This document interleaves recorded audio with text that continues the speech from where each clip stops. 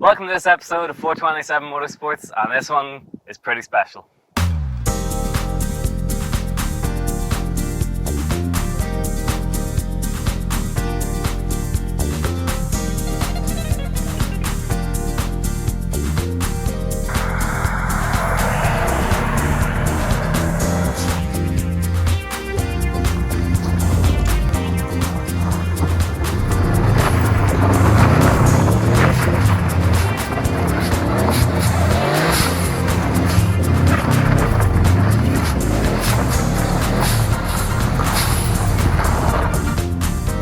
This is my 2001 Subaru Impreza Sport Wagon, and I have owned this since I was 18 years old, and it was a lowly silver sport, non-turbo, just a generic car really. And as a teenager with a Subaru, as you do, you put the scoop on it, you put the gold wheels on it, you put the kit on it, you make it look like a turbo, you put the bucket seats in, and for a very long time all I did was get abuse about it not being a turbo, funnily enough. And with the start of lockdown going on and everything happening, this car was on a spit because I was under the impression that I was going to weld it all underneath, make it really nice, and just have a really presentable wagon, you know. But fate happened, and I'm not talking about the car company. Fate? Fate happened, and the right car came up at the right price, and I managed to get myself a donor car. And well, for less than £1,000, I had myself a full turbo Subaru experience. That doesn't explain how it got yellow. That doesn't explain how I got yellow, but you know what is going to explain it? This thing right here. All right. With this thing here. That's a nice hat. Thanks, mate. Have I covered the sponsor logos? I hope so, because they're not bloody paying us. So yeah, I have put this onto the spit. Now you can follow me on my Instagram at @TomWillPatterson, where I have the full build thread documented. But I'm going to take you through some of the highlights and some of the best parts, which is what highlights are now that I think about it. And then, yeah, that was pretty dumb, wasn't it? Could have watched the highlights and the best parts. Yeah, so I'm going to show you through some of what I have done, because then I can start doing more and video it. I wanted to give you guys some context as to what we're actually working on. So, bit of backstory to the whole yellow thing, as somebody here asked. So, I grew up with Gran Turismo from I was about 3 years old. And the Subaru Impreza Wagon and Gran Turismo came in, I want to say, 4 different colours of the version 6. It came in Arctic White, it came in, no, Arctic Silver, sorry. Right. Something White. Oh, Something White, that famous Subaru colour. Something White. What's the RAL number on that? What's the rail number, bro? You got a pin code? And then dark grey of some type, and cashmere yellow. Nice. And as you've seen in the intro, since I was a kid, I have used a cashmere yellow Subaru Impreza in every game. And it's been a dream of mine since I was no age to have a cashmere yellow Subaru Impreza Wagon. And I thought, while I'm at it and I'm going the whole hog, let's paint her yellow. So the story behind this build, I used to have a 2014 Volkswagen Polo, and it was great. Fantastic car, 1.2 turbo, 110 horsepower, quite quick for what it was, fairly well equipped, but do you know what it wasn't? A Subaru? Well, I was just going to say exciting, but yeah, that too.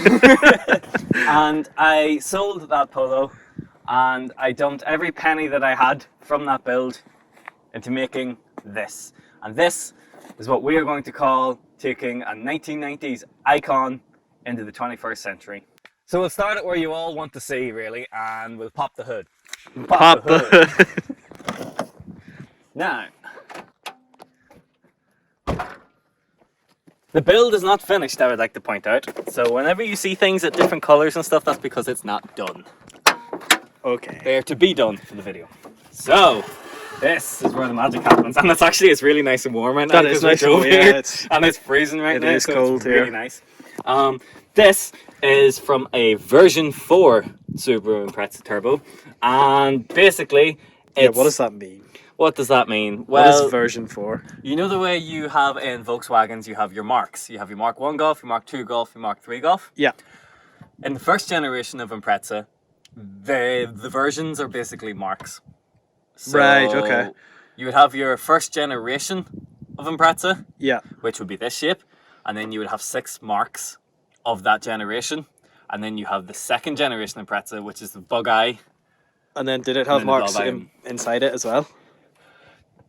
Is that what you're saying? There's like first generation, and then there's first generation Mark 1, 2, 3. Oh yes, okay. I thought you were Basically. trying to slag my car. No. Saying, is it all damaged inside? Is it all marked inside? No, genuinely interested. That's quite... Yeah, so That is it's interesting because a lot of car companies won't really update a car inside a inside a generation. Yeah. No, Subaru did it. Impreza, version 1, version 2, version 3, but all within the first generation. So Okay. Immy is a version 6.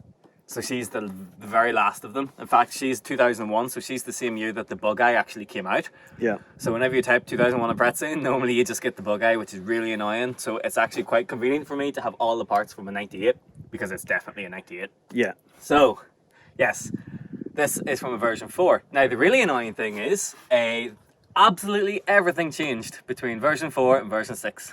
Nice. Everything. So every single thing you see in this engine bay right now is completely changed. The entire wiring loom of the car is completely different. Now, I do know Subaru guys who watch this are going to say, why didn't you just get an iWire conversion kit? They're a company that do Subaru conversion kits. Right. I don't live in America, so, I'm not going to wait forever. You didn't want to pay that postage. Didn't want to pay that postage, and I didn't want to pay that price, so I spent months doing this rebuild from start to finish. Well, nearly finished. Yeah. As you can see by the different coloured things, it's not fully done yet. But, yeah, every single thing had to be changed. Every plug was different, and my donor car was a sedan, and this is a wagon, so the whole rear end of the car, that loom wasn't there either, so it was a mess. So it's the biggest project I've ever undertaken, and whilst it is possible, to anyone out there with a non-turbo wagon over here, don't bother. Really do not bother. And I know everybody says about, oh, I've just bought a non-turbo, I want to stick a turbo in it and not tell insurance and stuff, and it's like, and you do see people saying, for the price and time and effort it would take you to do the swap, you would have paid to insure a turbo. They are right. Like, if it wasn't for the fact that this car is so sentimental, this was my first Subaru, and I love it to bits, I've had it for years now. If it wasn't for that fact, I would not have bothered you couldn't have paid me to do this swap, and I will never do it again. Probably. I will likely take this engine and put it into a back of a Volkswagen at some point, but not this exact one, but a Subaru one. So, Everything you see here is standard though. I haven't upgraded anything apart from this was on the donor car. This is the dump valve that does the really nice noises. Would you like to hear it? Go on then.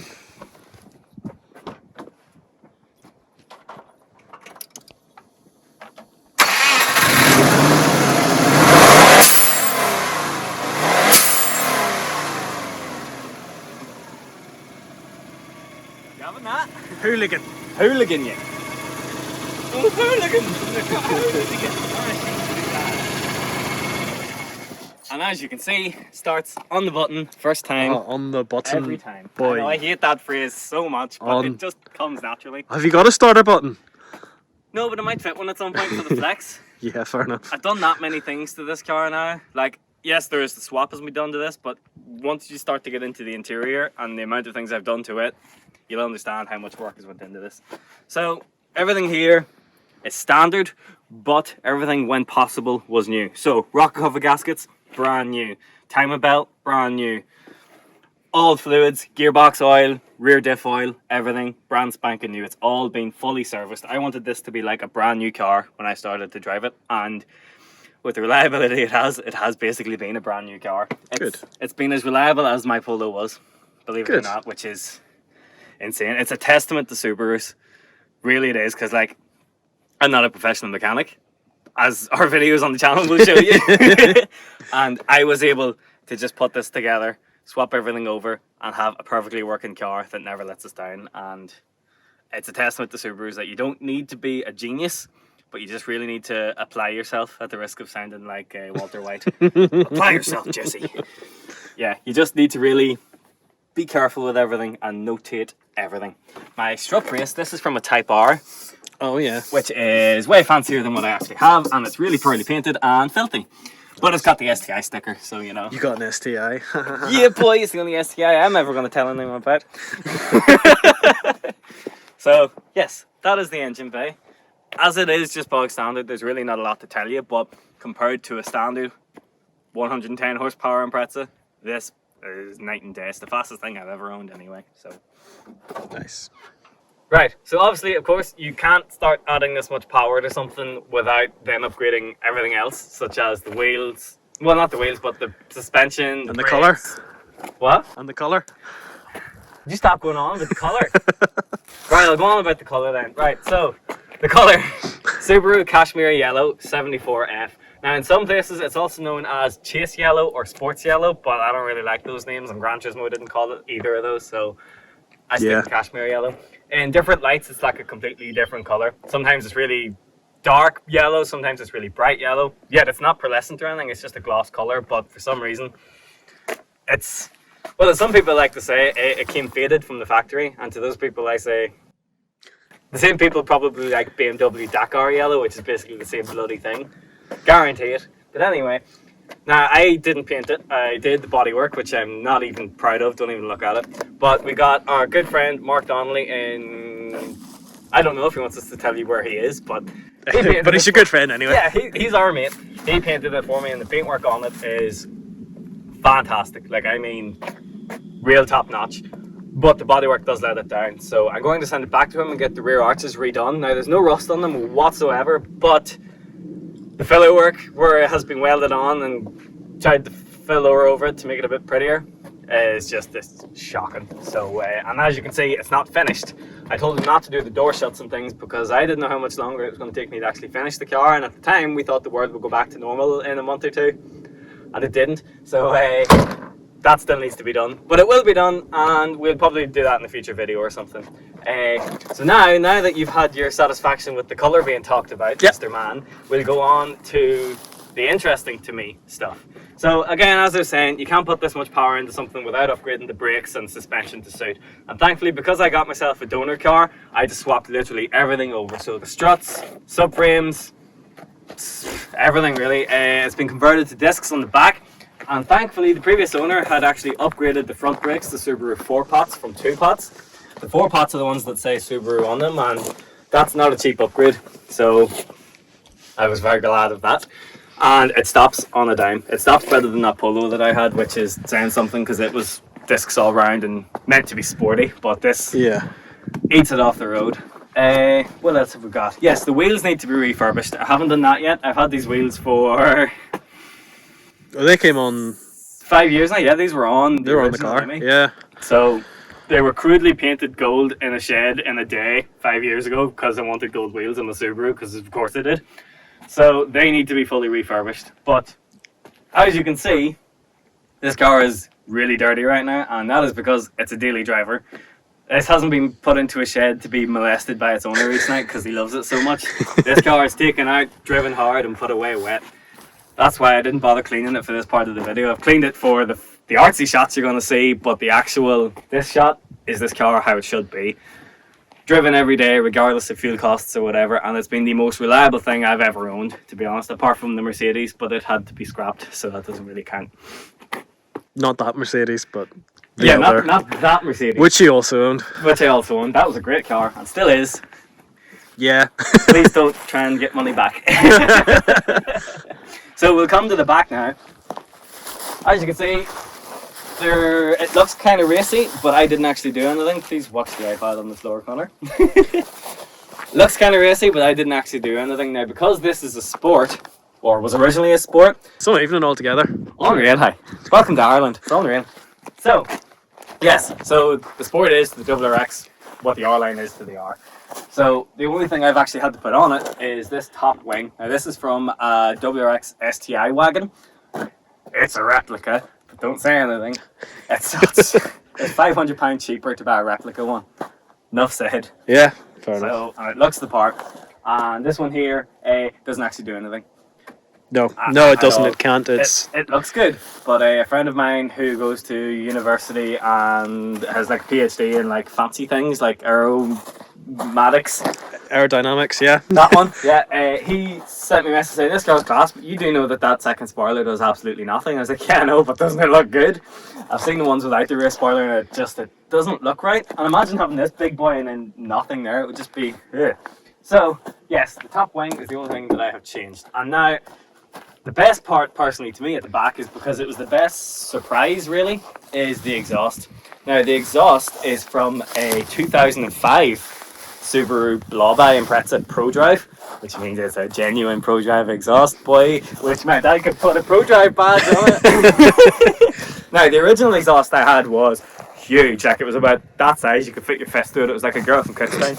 But this one here is a wee bit smaller and so much better for daily driving. It sounds just like a Subaru should sound when you want it to.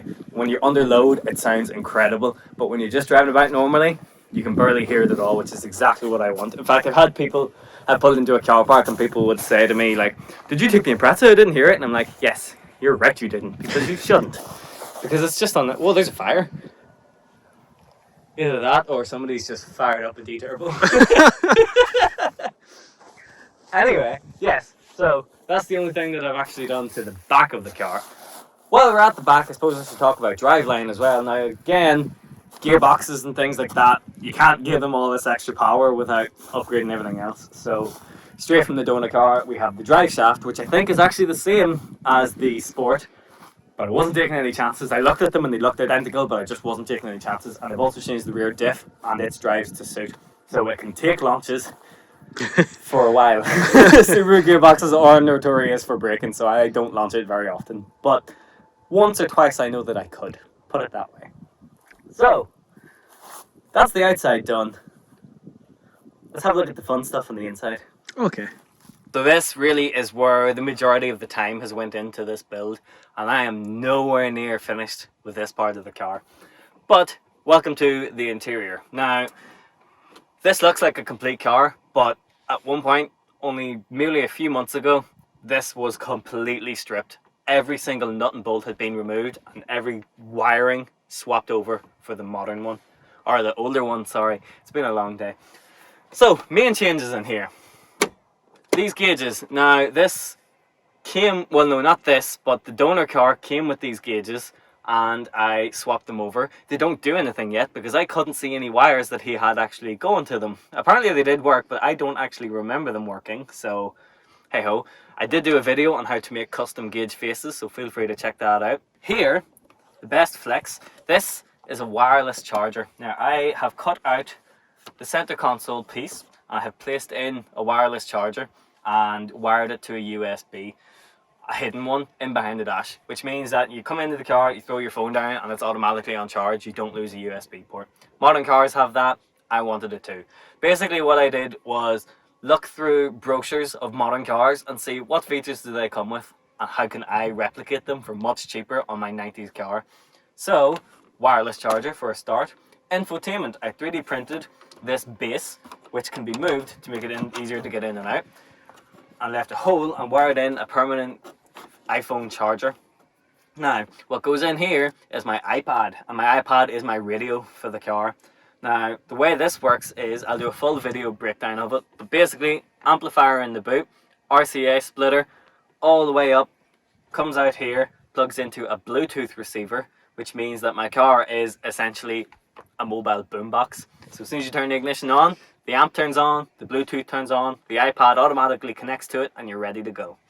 Also works with phones, or anyone else who comes into the car can connect their phone to the Bluetooth and they can control the music, so it's perfect for road trips. Or I can just hand the iPad around the car. You can watch videos, you can do anything you can do on a normal tablet, but in your car. And then you can easily remove it, take it into the house so nobody can steal it. It's perfect. Over here, we have our glove box. Now this is extremely rare. This cost me over £200. That shows how much money came from that polo that I didn't really care about. This is a top glove box, and as you can see, my girlfriend has left headache tablets in it. Clearly she doesn't agree with the exhaust. And a mask because it's COVID time, and a hair scrunchie for some reason, probably for roadside repairs, who knows. And now it's gone. But yes, this is from a Type R model, and normally there would be either a blank here or an airbag, and I fitted this because, again, for adventures I thought it would be so much handier to have more space, because this glove box, it just doesn't have much room. So really I think of it as a his and hers gearbox glove box. His and hers gearbox. Yeah, I switched it to hers for her to ram it through the gears and wreck it, and switch it back to mine, and it's perfect. Sorry, women. So yeah, this is my glove box, which as you can see is filled with crap, and hers, which is filled with headache tablets for putting up with me. There you go. There you go. So here is a snap-off Boss. Now I've had to swap even the stocks for this rebuild. Everything was different. I mean everything. Unfortunately, I've lost a rear wiper now because the stock is different, but it's from a sedan and they don't have rear wipers, so yeah, my rear wiper is just there for the looks right now. But here I have my anti-theft device, which is my snap-off Boss, which is awesome. The wheels are very hard to turn right now. So I'm currently rocking an OMP Corsica 330. I've had this wheel since I was 15 years old. I had it in my Golf GTI and in my Mazda MX-5, and now I have it in my Impreza. I actually run two wheels. I have one wheel which is shorter and not as towards you. This is my cruising wheel because you don't have to be as far forward. It comes out quite far. It's got quite a dish on it. And then the other one is a bit more flat, which I tend to use for spirited driving. And plus that wheel's not in as good condition, so if I'm doing any dirty work like working on cars, I'll use that wheel. And then when I'm coming in at night, I will take the wheel off and nobody steals it. Well, they probably could if they wanted, but let's not dwell on that. Now, if you'd like to come down here is where your driver controlled center differential switch would be, which only came in Type R's and Type RA's, I believe. But obviously I don't have that, and nor can I afford that because that's extremely expensive. So I thought, screw that, I'm going to 3D print a surround for a USB, which means even though I have a wireless charger and my iPad charger, whoever is in the passenger seat, aka the woman, because she has a USB-C and I don't, has her own USB port right here that can charge anything. I also use it for charging my gimbal when I'm recording. Nice. Here currently are still two blanks. Now, coin slots. Coin slots, but they don't even work because they're too much of an angle. But I will be taking these out because I will be taking these bucket seats out and I will be fitting heated seat pads to them to have heated seats again, like a modern car would have. Now, modern cars also have heated steering wheels, which is a lot more work. So what I do is I take the steering wheel into the house at night, and then when just I come heat it up. in the morning it's warm. So same thing. But heated seats, however, are a different thing. So I will be doing a video on how to fit heated seats. I've done it before to my Mark II Golf, and it was one of the best things I ever did. I did it to the Golf because the heater didn't work, and I didn't realise that it was catastrophic engine failure. But instead of the heater not working, I just put heated seats in, so it was still warm. Now, another cool one here, you might want to come in a bit closer, is my center console. Now, here, as anybody who followed me on Instagram during the build would know, during lockdown this year, my dog of 13 years, actually no, I think it was maybe 14 years, passed away sadly, and we had to take him to the vets to get him put down. So on the day before we took him, I put some paint on his paw and put his paw print on the inside of here, and then just put a wee dedication to him and lacquered it so it's protected. Now my kitty cat is approaching that age as well, so I have left enough room for her paw print as well if that should happen. So I might actually do that at some point soon, just in case. Now, the reason I'm showing you that is because down in here I have hollowed out the inside of the glove box, and there is going to be, it's not currently fitted, there's probably not very much light there. If I turn this light on you can maybe see. Yeah, that's a bit better. That helps a bit. In here is the end of a cigarette lighter or 12-volt socket. I will be fitting a rear mounted 12-volt socket into this for passengers in the back whenever we're allowed to have passengers again, so that they can charge their phones and things. So I want this to be the ultimate adventure wagon, so I will show a guide on how to do that. Now, obviously, that means wires will be coming through here. So I'm going to 3D print a base, like a shelf. Yeah, like kind a of. false floor sort of A thing. false floor, that's the term, yeah. I'm going to 3D print a false floor here when the wiring is done. So you can still put a cup in here and it has enough support to not fall over, but of course you couldn't close the lid on it. But willing to put up with that sacrifice. Fair enough. And that's basically us. Oh, there is the STI pedals. We'll just cut to a shot of the STI pedals because sod trying to do that. I fitted STI pedals to it just for that extra bit of a look, along with the floor mats. Now the floor mats, I wanted yellow ones. You know the yellow and black checker ones that all the JDM guys have? Well, you probably don't comment. No, You're not really into JDM stuff.